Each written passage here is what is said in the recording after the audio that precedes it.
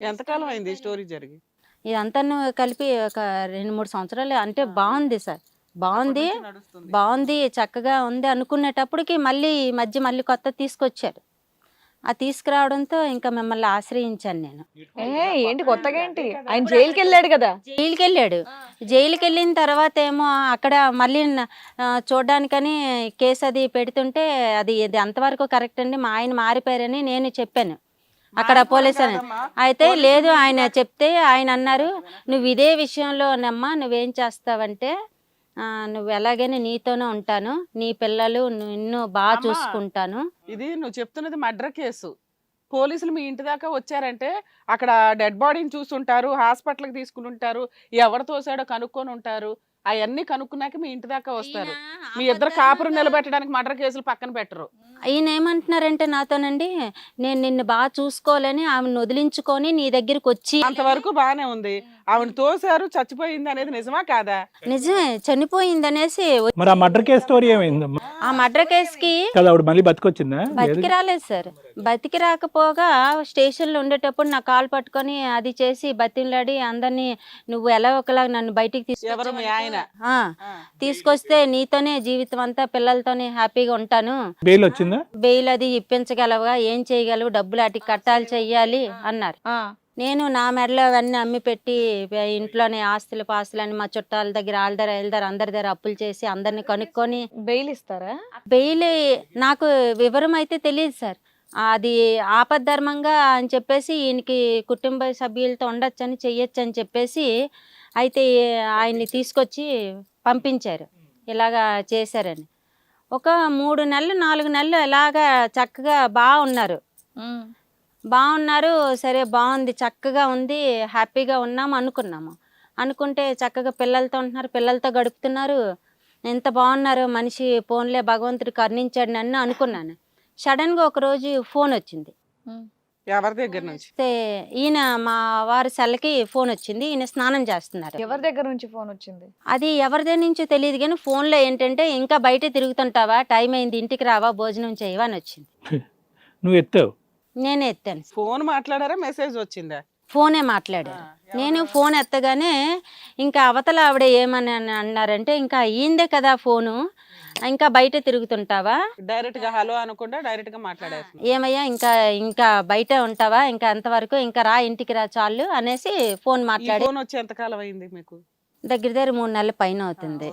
అయితే మేము ఆ ఫోన్ రాగానే ఏంటి నాకు ఒక్క నిమిషం మనసంతా బాధతోని ఏం చేయలే, ఏమి అర్థం కాలేదు. సెకండ్ టైం హార్ట్ అటాక్ వచ్చింది. అంతకు ముందు ఒకసారి హార్ట్ అటాక్, ఇప్పుడు ఇంకో రెండోసారి నాకు కాళ్ళు చేతులు ఆడలేదు.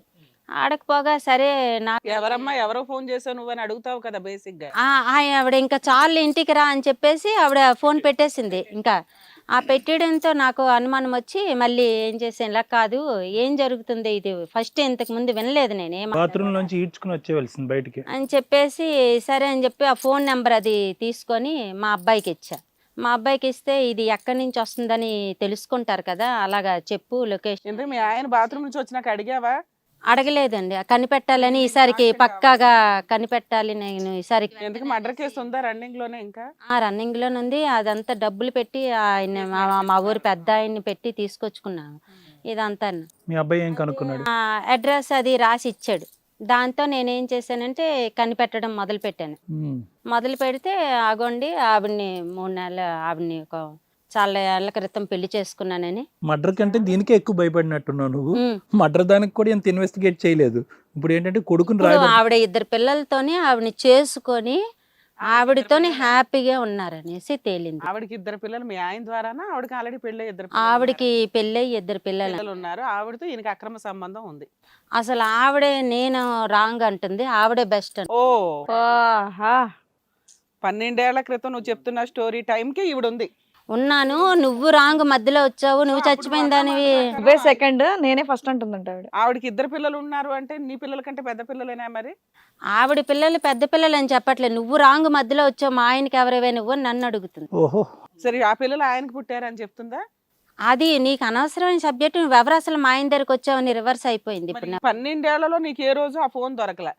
ఈ ఫోన్ దొరకలేదు. ఇప్పుడు ఈయన్ని పట్టుకొని నేను అడిగితే నేను పొద్దుటి నుంచి రాత్రి దాకా రాత్రులు మీ ఇళ్లలోనే ఉంటారు కదమ్మా. ఉంటారు, ఈయన కవర్ చేసుకున్నారు ఫోన్ ఇదంతాను. నమ్మేశాను, ఇప్పుడు పూర్తిగా హ్యాపీగా ఉన్నారని చెప్పేసి ఉన్నాను. ఆయన బాత్రూమ్కి వెళ్ళేటప్పటికి యథా ప్రకారంగా అనుకున్నారు. అది మళ్ళీ నా లక్ అని అనుకోవాలా, ఇప్పుడు ఏమనుకోవాలో తెలియట్లేదు. బండి మీద ఆటోలో తిరిగిన ఆమె ఈమె కాదా? ఏం కాదండి, మళ్ళీ దెయ్యమే వచ్చిందేమో కదా అమ్మాయి, మళ్ళీ దెయ్యమే వచ్చింది. ఆమెని చంపేశాను, ఇలా బాగా నీతో బ్రతకాలని చెప్పేసి అనుకోకుండా ఇలా జరిగింది అని చెప్పేసి వచ్చారు. అది ఎందుకు అలా చేశారనేది తెలియదు. ఇది లవ్ మ్యారేజా అరేంజ్డ్ మ్యారేజా? ఇది అరేంజ్డ్ మ్యారేజ్, లవ్ మ్యారేజ్ అంటే దీనికి మళ్ళీ ఏం అల్లేసి చెప్తున్నారంటే ఇది ఇంకా ఆలకించి. నీ మ్యారేజ్ లవ్ మ్యారేజా అరేంజ్డ్ మ్యారేజా? మాది అరేంజ్డ్ మ్యారేజ్. ఆవిడకి ఇప్పుడేమో ఆవిడ నేను సెకండ్ అంటుంది. నేను సెకండ్ అంటే ఇప్పుడు ఆవిడ ఫస్ట్ అంటే మీ అత్త మామ వీళ్ళంతా సంబంధాలు చూసుకునే కదా పెళ్లి చేసుకున్నారు. చేసుకున్నారు. ఓకే. ఏం బాబు ఏంటి సంగతి? మీ ఆవిడ చెప్పే వాటికి ఏంటి రీజన్స్? ఆన్సర్ ఏం చెప్తావు? ఆవిడ ఫస్టా ఈవిడ ఫస్టా? మీ పేరేంటండి? సార్ నా పేరు కృష్ణప్రసాద్ మేడం. కృష్ణప్రసాద్ గారు, ఏంటండి ఇదంతా? మీరు చేసే జాబ్ ఏంటి? Driver madam. డ్రైవర్. 3 సెటప్లా? ఎన్ని డ్రైవ్ చేస్తావయ్యా? చాలా డ్రైవ్ చేస్తున్నావుగా, ఇంకేమన్నా ఉన్నాయి బయట డ్రైవ్ చేసేవి? సరే, స్టోరీ అంతా మీ ఆవిడ చెప్పింది, కానీ ఫస్ట్ ఈవిడ అనేది చెప్పండి. మేడం ఈవిడే ఫస్ట్ మేడం, కాకపోతే ఆవిడ కానీ ఈవిడ తర్వాత ఆ మూడో ఆవిడ అన్ఎక్స్పెక్టెడ్గా మధ్యలో పరిచయం అయింది మేడం. అన్ఎక్స్పెక్టెడ్ గా చంపేసావా, నిజంగా చంపేసావా? సార్ నిన్నేం అడుగుతున్నారంటే మొత్తం ఎన్ని వెహికల్స్ ఉన్నాయి నీకు అని అడుగుతున్నారు. అలాంటిదేం లేదు సార్, కొన్ని అనివార్య కారణాల వల్ల మానసిక ఒత్తిడితో మామూలుగా అది డ్రైవింగ్. చాలా పెద్ద పదం, నీకు అది సూట్ అవుతలే కానీ ఏంటా అనివార్య కారణాలు? సార్ నేను వర్షం పడింది అంతేగా.